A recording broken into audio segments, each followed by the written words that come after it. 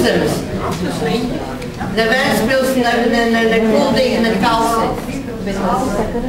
Talsi, lūdzu, Kurzeme. Tā, Zemgalē. Ir. Latgala, Zemgala, Kurzeme, Vidzemē. Cik daudz, un Rīgā. Jā, visi mēs esam. Lūk, es gribēju noskaidrot tiešām visu to, ko mēs šodien runājam, ko mēs te darīsim, lai visās pašvaldībās tiktu nodots to, ko mēs šodien šeit pārunājam. Jo tiešām mēs esam sanākuši, lai jūs informētu, lai jūs zinātu, kas notiek šajā gadā.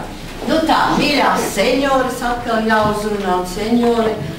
Tātad redzat jau Eiropā atklāja šo gadu ar ļoti grandioziem pasākumiem, Dānijā, ja nevar runāt vairs, Kopenhāgenā, ja, Dānijā, un pateicoties Labklājības ministrijai, arī man tas gods bija piedalīties šajās atklāšanās pasākumus. Es ļoti īsi, es negribu reklamēt, jo es ceru, ka Devijas kundze jums pateica, ka Latvijā šo atklāšanas pasākumu taisīs 3. februārī, arī šeit Eiropas mājā, tā kā lieki runāt nevajag. Bet kopumā, ko tad mēs tur guvām? Mēs guvām tādu potenciālu tādu iedvesmu, ja? Ka senjori un uz senjoru pleciem ir balstīta tomēr sabiedrība. Un Eiropā sabiedrība ir ļoti noveco, tāpat kā pie mums. Un rezultāts ir vidēji, ja ņemam, kad ir 3 senjori un 1 strādājošais. Jā, jaunietis. Un mums Latvijā no statistikas, jūs tagad arī zināt, cik te mums te iedzīvotāji, ja, par migrāciju negribu runāt un tālāk jūs zināt, kas Latvijā, kā mēs tikai esam uz senjoru pleciem, arī manuprāt, ja, cik aizbrauc, katru dienu lidostā, ja, nospiež pogu un aiziet mūsu jaunieši, darbspēks aiziet prom. Mani sauc Kaspars Bikše, es lasu lekciju, strādāju par metodici, un mana pirmā izglītība ir psiholoģija, esmu studējis, neesmu studējis gan Latvijā, bet esmu studējis Dānijā, Kopenhāgenas universitātē, otrā izglītība ir skolotāja, un trešā, kur es vēl turpinu, tātad ir psihoterapeits. Tātad es parasti lekcijām runāju gan kā Kaspars, gan kā skolotājs, gan kā terapeits, gan kā psihologs, kā lektors un tā tālāk. Bet pēc programmas sanāk tā, ka man teica 9 minūtām jau jābeidz. Kur sākas cīņa, tur beidzas gudrība.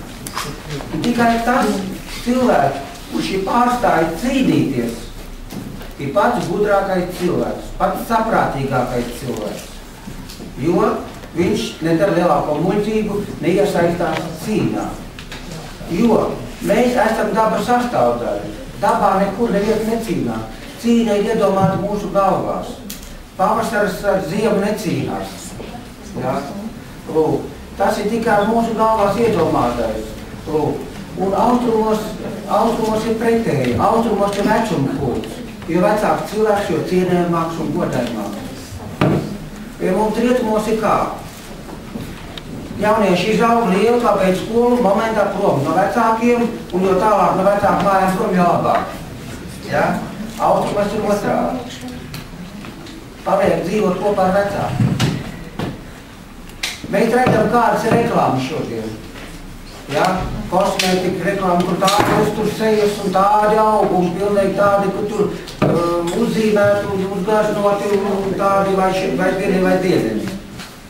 Bet patiesībā mēs ar šo aizraušanos, šo rietumietisko kultu, jaunības kultu, mēs patiesībā sēžam uz zara, uz kura mēs paši sēžam. Mēs taču visi paliksim kādreiz veci. Ja? Tā jau ir. Varam jau jūsmot un tā tālāk, bet nu, to es pateicu, jā, kā mēs visi paliksim. Vecuma veidi ir 3 vecumi. Bioloģiskais, garīgais un intelektuālais. Bioloģiskais vecums ir tas, kas rakstīts mums ir pasē, tik un tik gadu. Garīgais vecums ir tas, kā tu jūties garīgi iekšēji. Piemēram, varbūt kāds 20-gadīgs jaunieklis jūtas daudz garīgāk nobriedis, varbūt pat 30 vai 40 gadi gadus vecu cilvēku. Ar tā var būt. Un trešais vecums ir intelektuālais vecums. Tas ir skaidrs, tas ir līdzīgi garīgajam vecumam, tikai vairāk saistīts ar intelektuālo darbību. Kas mums runāt ļoti grūti, jo runa vairāk nebūs tik emocionāli ar argumentiem un pētījumiem. Bet, nu jā, šis gads Eiropā ir pasludināts par aktīvas novecošanas gadu un paauģu solidaritātes gadu. Tātad akcentējam ne tikai seniors, ne tikai vecos cilvēkus, bet arī par to, kā vecie cilvēki sadarbojās, kontaktējās, komunicē arī ar jaunāko paudzi.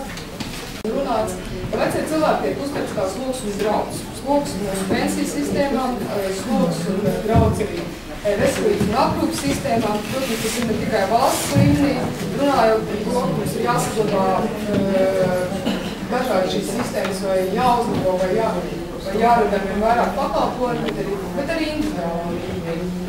Ikdienā sadzīvē ar saviem cilvēkiem, teiksim, ar saviem ģimenes locekļiem arī runājot, cik mums bieži nezināk ārā kaut kādas negācijas attiecībā pret vienu vai otru paudzi. Jā, un ir arī 9. gadā tika veikts pētījums, un ir 8% mūsēji iedzīvotāji, kas uzskata, ka vecie cilvēki ir sloks sabiedrībai. Varbūt tas nav šķietami netik varbūt liels cipars, bet tomēr tas ir procents, kas parāda, ka tomēr iedzīvotāji tā uzskata.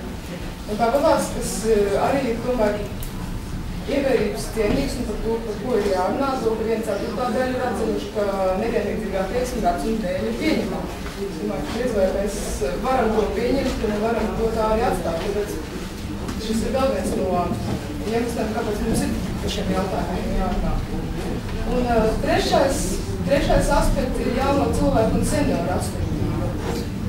74% uzskata, ka jauniem cilvēkiem, gados veciem cilvēkiem nav viegli vienoties par to, kas labākais sabiedrībā. Pašvaldību pārstāv attiecībā par šo jēdzienu, par terminoloģiju. Man personīgi arī nepatīk. Es par šurp nākot domāju, kā tad tā? Viņi grib, lai mēs visi aktīvāk novecojam. Es personīgi teiktu, seniori aktīvā darbībā Eiropā vai Eiropas Savienības aktīvi pilsoņi. Ja? Kā tas praktiski tiek fiksēts daudzos projektos, ka lūk, seniori iesaistās, vai mūsu mērķis ir, lai seniorus pēc iespējas vairāk iesaistīt mūsdienu sabiedrībā, lai viņi būtu aktīvi.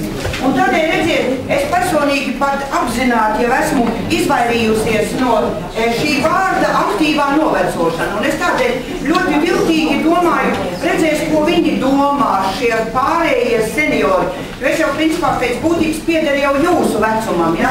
Nevaru piederēt pie studentiem, kaut gan gribu teikt, ka būdam kopā ar studentiem, tad, kad paskatos uz saviem bērniem, tad tikai konstatēju, cik daudz gadi ir pagājuši. Bet tā gribās skriet, lekt un būt kopā un piemīt visi tie paši niķi, kas studentiem. Ja, kā saka, viņš jau kļūs līdzīgs savējiem. Un tādēļ es ļoti viltīgi, lai izvairītos tāpat kā studenta eksāmenā, esmu lietojis vienkārši jēdzienu Seniori 2012.